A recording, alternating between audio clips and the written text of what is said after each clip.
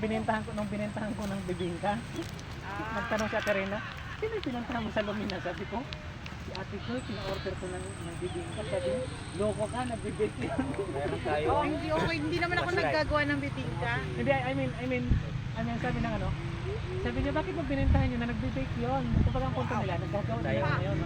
Pahilaw na doon. Okay lang yun. Hindi ko naman alam. Cables. Wala yun. Ano mga ganyan?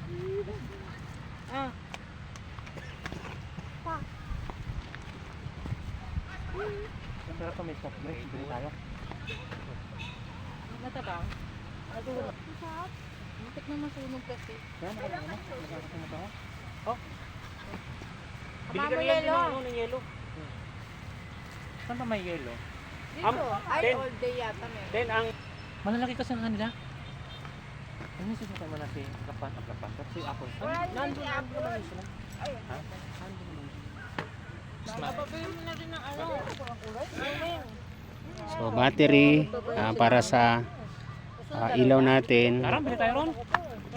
mga cable, yan, Ano yung cable tayo magagamit. Tapos flashlight at ilaw din, charger natin.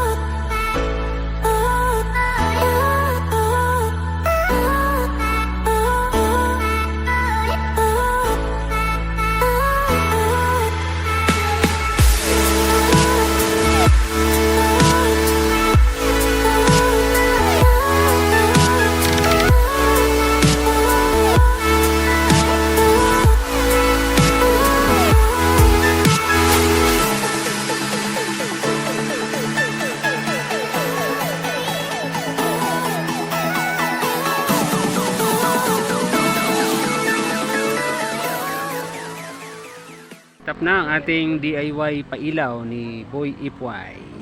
Ano? Kasama ko mag-set up si Sir Joe Mark ng Kadiskarte. Tama ba, Boy? Marks Metal. Marks Metal pala. Body project. Ayan. At ang gamit natin ay yung battery ng ating Rider 150 na CRR. Kaya nagamit natin bilang ilaw natin yan. Meron tayong ilaw dito, tsaka may hubs at charger. At ito. Ayan.